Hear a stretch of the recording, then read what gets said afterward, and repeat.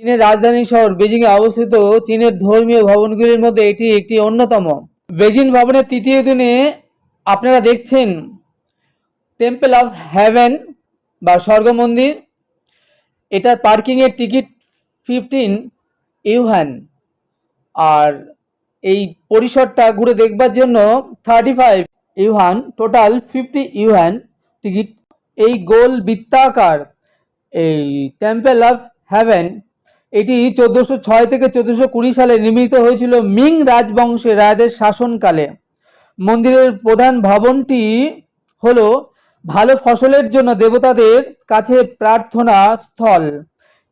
এখানে সম্রাটরা স্বর্গের দেবতাদের কাছে বসে উপাসনা করতেন অনুকূল আবহাওয়া এবং প্রচুর ফসল যাতে হয় তার জন্য এই বৃত্তাকার উঁচু ভবনটিতে বসে তারা প্রার্থনা করতেন। এটি কে বলা হয় প্রার্থনা স্থল।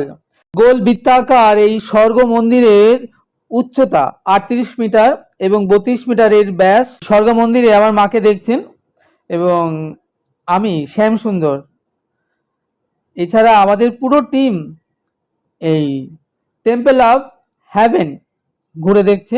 বিউটিফুল প্লেস এবং বিউটিফুল এই সৌন্দর্য বিরাট এলাকা জুড়ে বিস্তৃত।